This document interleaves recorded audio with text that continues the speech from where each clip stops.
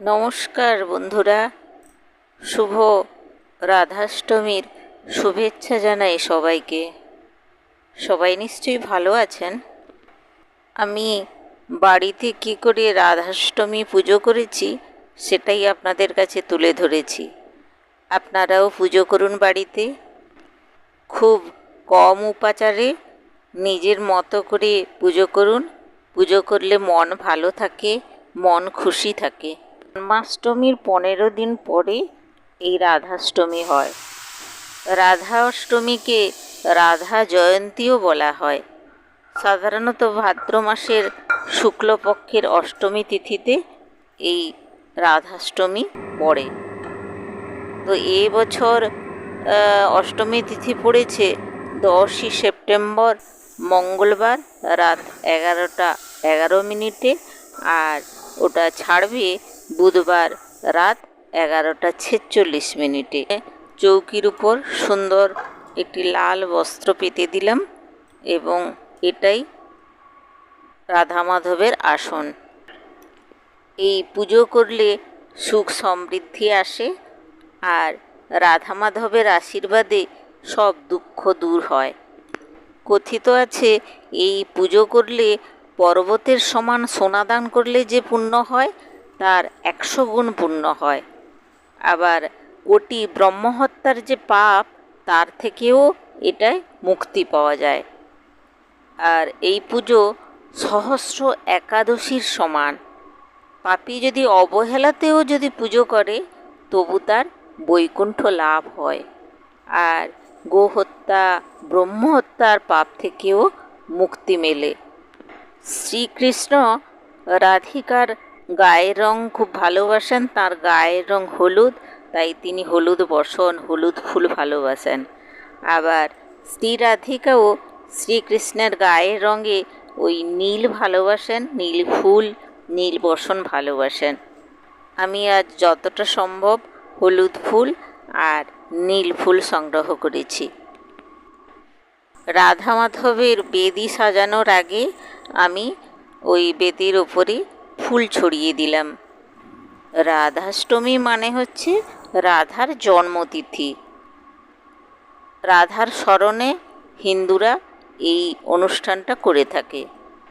আমার কাছে শ্রী রাধিকার কোনো মূর্তি নেই, তাই আমি গোটা হলুদ আর গোটা সুপুরিতে চন্দন আর সিঁদুর দিয়ে পান পাতার উপর রাখলাম এবং শ্রী রাধিকা রূপে এটাকে কল্পনা করলাম। শ্রী রাধিকার জন্যে নীল বসন আর শ্রী মাধবের জন্যে আমি হলুদ নতুন বস্ত্র এনেছি। ইনাদের উদ্দেশ্যে এই বস্ত্র দিলাম। কথিত আছে রাজা বৃষভানু এবং তার স্ত্রী কীর্তিদা পুকুরে সোনার পদ্মের উপর দেবী রাধাকে পেয়েছিলেন। যতক্ষণ না কৃষ্ণ তার সামনে আবির্ভূত হন, দেবী রাধিকা পৃথিবী দেখার জন্য কিন্তু চোখ খুলেননি। তো শ্রী রাধিকা আর কৃষ্ণের প্রেম ছিল ঐশ্বরিক প্রেম। যাই হোক, এর ফাঁকে আমি পঞ্চামৃত বানিয়ে ফেললাম দুধ দধি ঘি মধু আর চিনি দিয়ে। এরপরে আমি স্নানের জল প্রস্তুত করছি।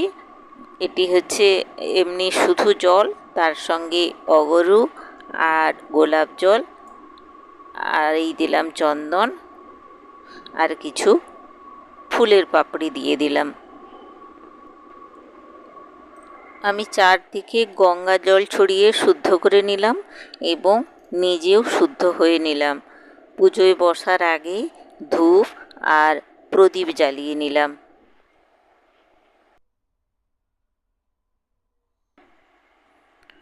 রাধা মাধবকে প্রদীপ আর ধূপ দেখিয়ে নিলাম। জয় রাধা মাধব, জয় রাধা মাধব, জয় রাধা মাধব, জয় রাধা মাধব, জয় রাধা মাধব, জয় রাধা মাধব।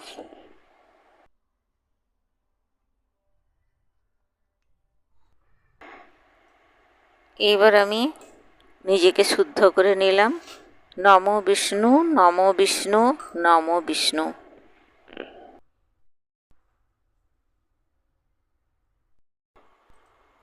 অপবিত্র পবিত্র বা সর্বাবস্থানগত পিবা যৎসরিত পুণ্ডরীকাক্ষ সবাহ্য অভ্যন্তর সূচি।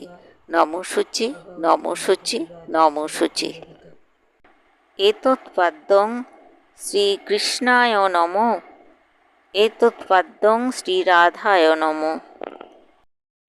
ইদং আসনং শ্রীরাধায় নমো, ইদং আসনং শ্রীকৃষ্ণায় নমো। যেহেতু আমার মূর্তিটি মাটির, সেই জন্যে আমি স্নানাভিষেক শ্রী রাধিকা এবং মাধবের শ্রীচরণ স্পর্শ করে তা সম্পন্ন করলাম।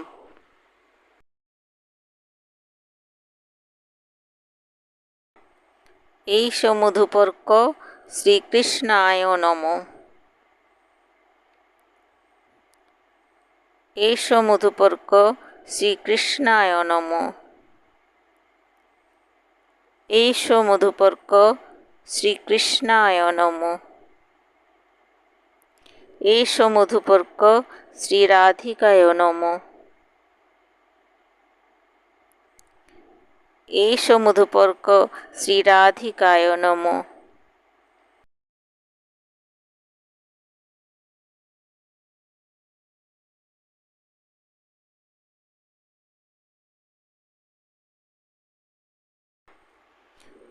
জয় শ্রীকৃষ্ণায় নমঃ।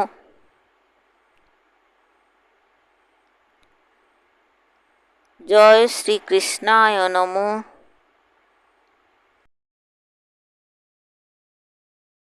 জয় শ্রীকৃষ্ণায় নমঃ।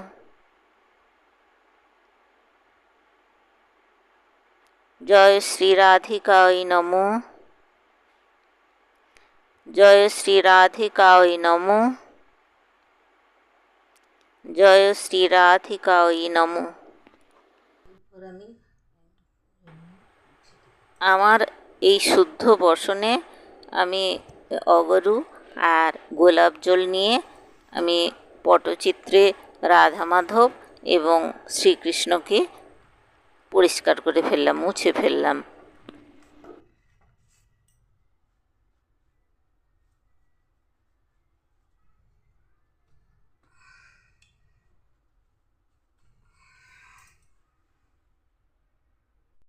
যেহেতু শ্রী রাধিকা তার অষ্টসখী পরিবৃতা হয়ে থাকেন, সেই অষ্টসখী এবং শ্রী রাধিকার উদ্দেশ্যে আমি 9টি প্রদীপ জ্বালিয়ে দিলাম। জয় শ্রী রাধিকায়, জয় শ্রী রাধিকায় নমঃ। জয় শ্রী রাধিকায় নমঃ।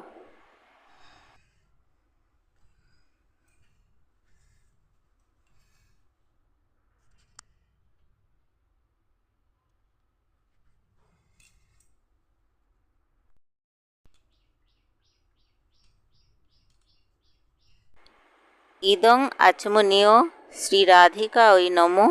ইদং আচমনীয় শ্রীকৃষ্ণায় নমঃ।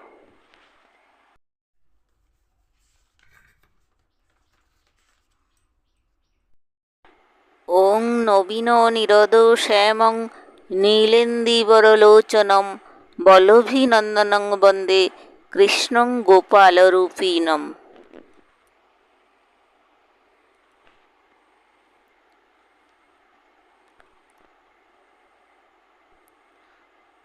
তপ্ত কাঞ্চন গৌরাঙ্গীং রাধে বৃন্দাবনেশ্বরী বৃষভানুসুতে দেবী তাং প্রণমামি হরিপ্রিয়ে।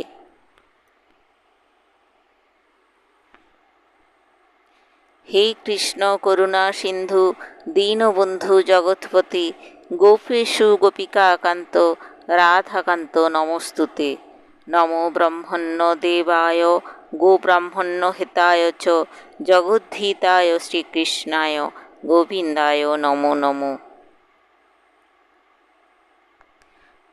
তপ্ত কাঞ্চন গৌরাঙ্গীং রাধে বৃন্দাবনেশ্বরী বৃষভানুসুতে দেবী তাং প্রণমামি হরিপ্রিয়ে।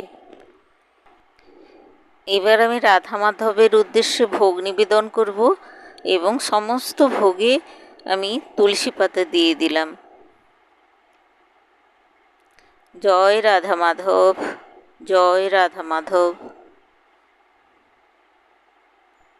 জয় রাধা মাধব, জয় রাধা মাধব, জয় রাধা মাধব, জয় রাধা মাধব। শ্রীকৃষ্ণ যা ভালোবাসেন স্ত্রী রাধিকাও তাই ভালোবাসেন। লুচি, সুজি, মিষ্টি, তারপরে মাখন, চকোলেট রাধা মাধবের জন্যে এবং গোটা ফল রাধা মাধবের উদ্দেশ্যে নিবেদন করলাম। জয় রাধা মাধব, জয় রাধা মাধব, জয় রাধা মাধব। হে ঈশ্বর, পুজোয় যদি কোনো ভুল ত্রুটি থাকে ক্ষমা করে দিও। এবার আমি রাধা মাধবের উদ্দেশ্যে আরতি করে নিচ্ছি।